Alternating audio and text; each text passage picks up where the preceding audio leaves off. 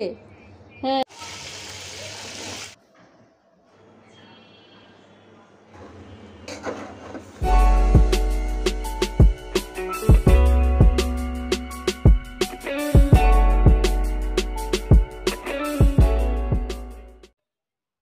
আসসালামু আলাইকুম, সবাই কেমন আছেন? আশা করছি আল্লাহর রহমতে সবাই ভালো আছেন।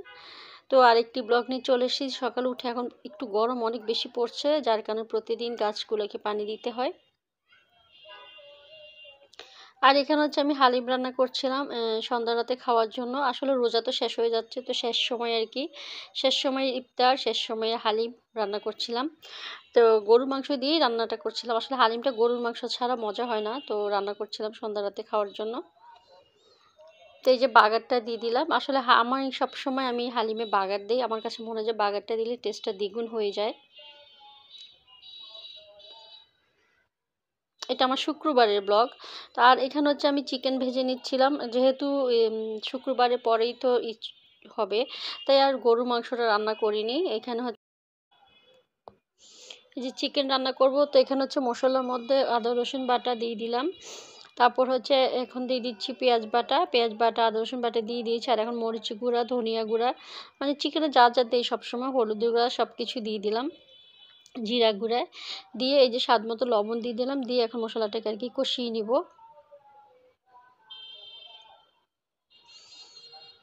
এখন আমি এই যে হালকা করে ভেজে নিয়েছিলাম চিকেনগুলো দিয়ে দিচ্ছি।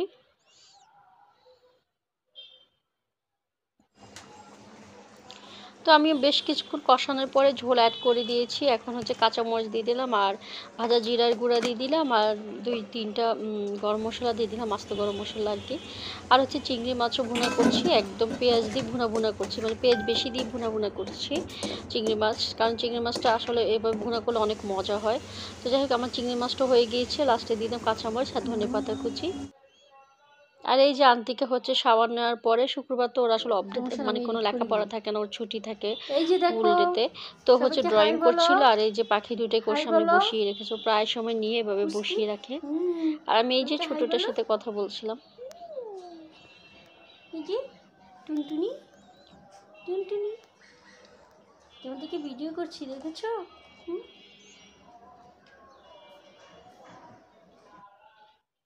আর আমি হচ্ছে আমার অবস্থা দেখেন, মুখে প্যাক দিয়ে চুলে তেল দিয়ে বসে আছি। একটু পরে আর কি শাওয়ার নিতে যাব, তো বসে আছি এগুলো দিয়ে।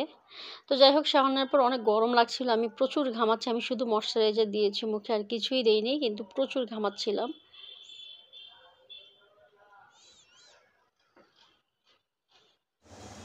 আর এখানে ইফতারের জন্য হচ্ছে আখনি করছিলাম আর কি, গরুর মাংস দিয়ে। এটা হচ্ছে বৃহস্পতিবার সন্ধ্যায় আখনি করছিলাম, সেটা ভিডিও একটু করে রেখেছিলাম। আখনি করছিলাম গরুর মাংস দিয়ে। আসলে একবার মুরগির মাংস দিয়ে করেছিলাম, ভালো লেগেছে, তো আবার গরুর মাংস দিয়ে করছিলাম। সবসময় তো আসলে ভাজা পোড়া খেতে ইচ্ছা করে না, তো মাঝে মাঝে আমি ডিফারেন্স কিছু করার চেষ্টা করি।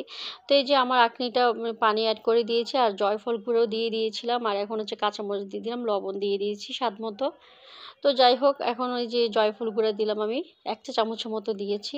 তো এখন পানিটা একটু শুকিয়ে আসলে আমি দমে বসিয়ে দিব। এই যে দমে বসিয়ে দিয়েছি, আমার আঁকনিটা অলমোস্ট হয়ে গিয়েছে।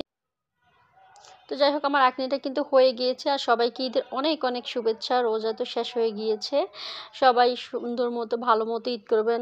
সবাইকে আল্লাহ সুস্থ রাখুক, ভালো রাখুক। আল্লাহ।